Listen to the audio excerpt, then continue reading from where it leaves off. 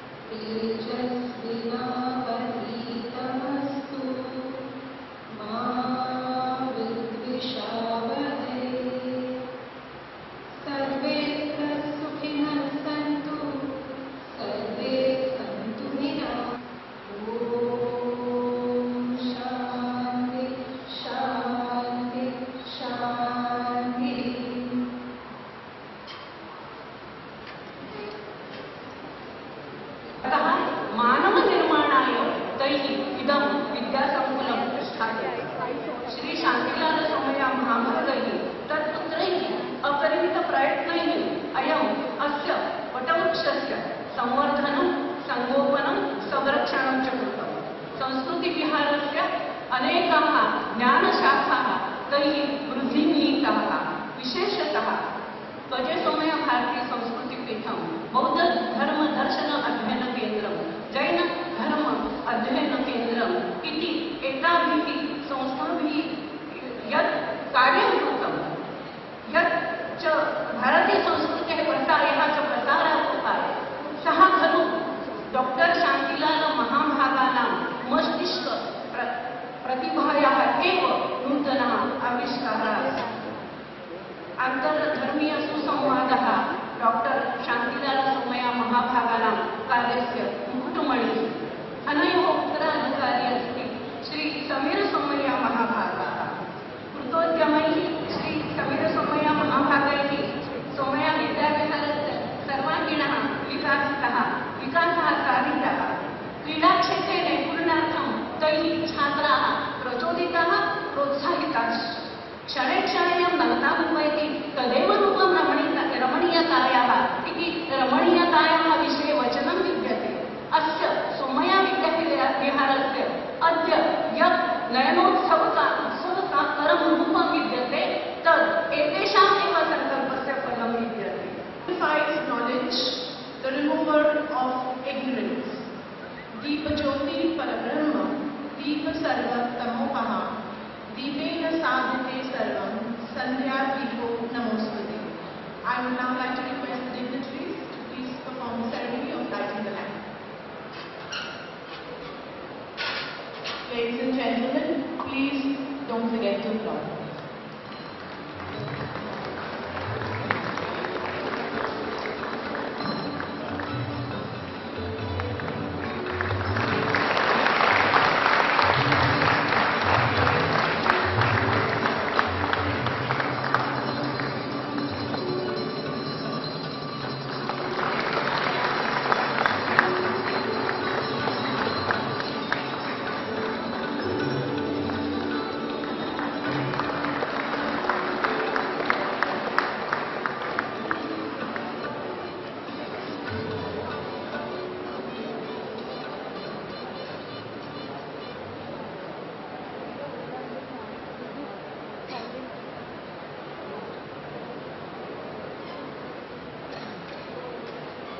Moving on, I would now like to request President Shri Somaiya to please welcome the chief guest and say a few words.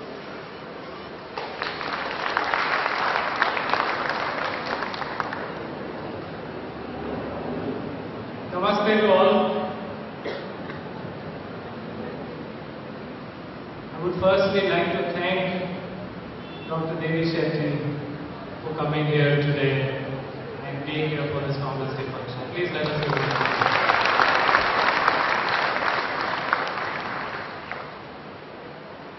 Somaiya Vidyavihar was founded in 1959, 54 years ago, by Sri K.J. Somaiya, my grandfather. With 20 faculty members and a few hundred students, the K.J. Somaiya College of Arts and Science, as it was then called, was established. During that same year, the Somaiya Vidyavihar in Sakarwadi was also established in the Nagar district of Maharashtra. What a day it must have been in 1959 September when the foundation stone for this institution was laid. What hopes, what aspirations, what dreams. To him, education had been the key that provided him an opportunity, one that freed him from the poverty in which he was, that liberated him. When we talk about liberation, the word liberal education comes to mind. And liberal education is one which we hear about, and it is one that is meant to liberate you from the bondage of habit and custom, producing people who can function with an alertness and sensitivity as citizens of the whole world. How similar is this to the notions of knowledge in ancient Indian culture, where in the Vishnu Purana it is said, Tat karma yanda bandhaya sa vidyaya vibhukte. That is action that does not promote attachment, and that is knowledge which liberates one from bondage. Today we celebrate the achievements of many students across the Somaiya Vidyavihar, Somaiya Ayurvihar and Girimadvansky community. They have excelled in academics, they have excelled in sport, they have excelled in art, they have excelled in many activities. But that is not all. Education is not only about teaching a vocation.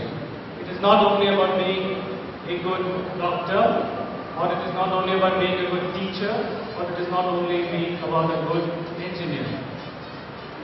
I recently read an article on Oxford University's higher education at Oxford.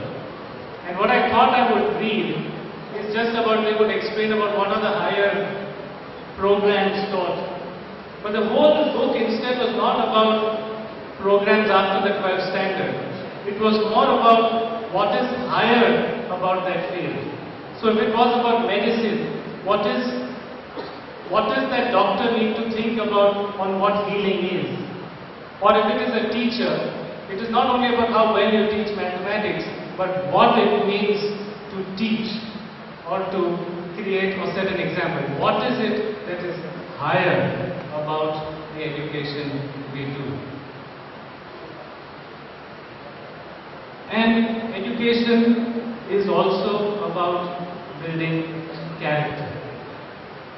I want to give an example here about one such student that is here who sits with us in this field. She's studying engineering, and when she came to know that we were paying not only for her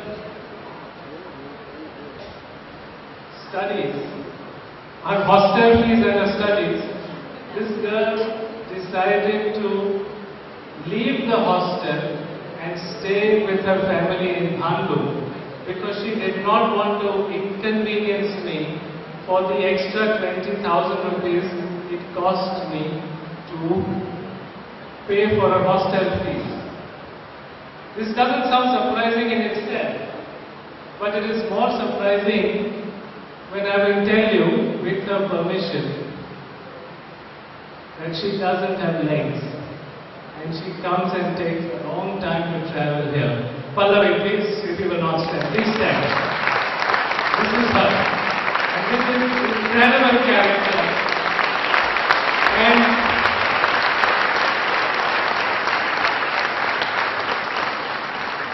thank you, Pallavi. She sets such a fine example that if we had to teach students, I don't think we need to teach her anything. We need to learn from her. ऐसी जिंदा दिली हमने तो कभी नहीं देखी, आपको सलाम.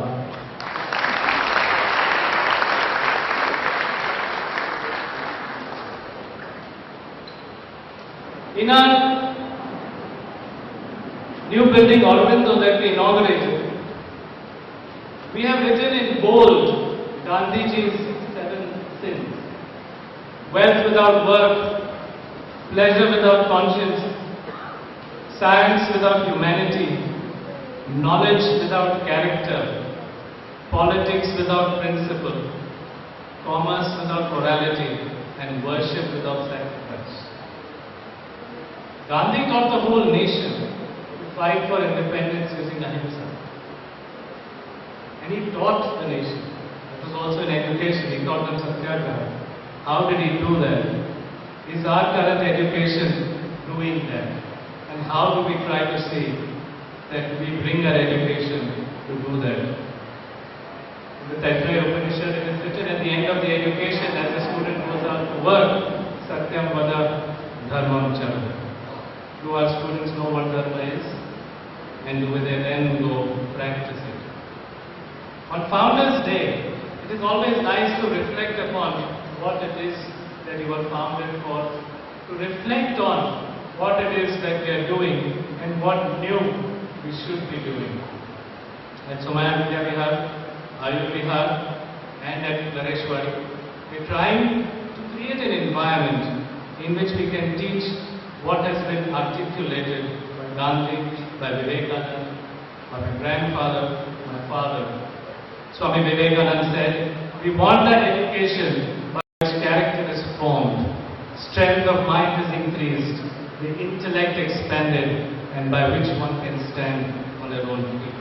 From here, to say what he said in 1835 on his minute on Indian education, that transformed the British policy to stop funding madrasas and gurukuls and only fund English education. And I'm going to quote Macaulay. I have read translations of the most celebrated Arabic and Sanskrit works. I have conversed both here and at home with men distinguished by their proficiency in the Eastern tongues. I am quite ready to take Oriental learning and the valuation of the Orientalist. I have never found one among them who could deny that a single shelf of a good European library is worth more than the entire native literature of India and Arabia. This is what he said, that only one shelf of an English library was better than all the literature. And that is how he started proceeding to undermine our culture, our learning, our philosophy. English is necessary in this world. It is necessary to pursue many fields, since much new knowledge today is being created in English, and it is being discovered through the medium of English. But one must also understand that we should not lose our own languages. The study of our own languages should not be confined to exactly that this is Gujarati subject, or this is Hindi subject, or this is Sanskrit subject. Languages are the storehouse of learning. They carry culture with them, they carry a lot of knowledge in them. I was talking to my friend in California. He is the head of the city of California. He is a Hispanic. He speaks Spanish and English. And in California, the students are multilingual. Many of them speak both languages. And when I asked him, why don't you teach history of California in Spanish and English, teaching the Spanish perspective in Spanish literature and the English perspective in English? He said, I never thought of it like this. We could do a program in Indian poetry, and you could have fairs, you could have Kabir, you could have Mirabai, all in Tukaram, and you could have it in one course. There is no reason why we need to have language stuck into what we call language. Language should also not become a wall. My grandfather was poor, but education gave him the opportunity, also because he spoke Marwari, Marathi, Kutchi, Gujarati, Hindi, English and Sanskrit. And that provided him the opportunity to work with Marwari traders in Maharashtra with a Marathi population and trade with the English. But language should be an enabler. It should not be a wall. We have Bhanupriya over here. Sorry, Bhanupriya. She comes from Pratiksha Nagar. She comes from a slum near Vidyavihar. She was considered the best student to go into her community and find people suffering from hypertension, from diabetes, mothers who are pregnant women whom she could bring into the PSM department. But it was a knowledge of English or lack of that prevented her from wanting to go further in the field. She's studying with us, she's doing vocational education, and she says she will study further. It's not going to stop her.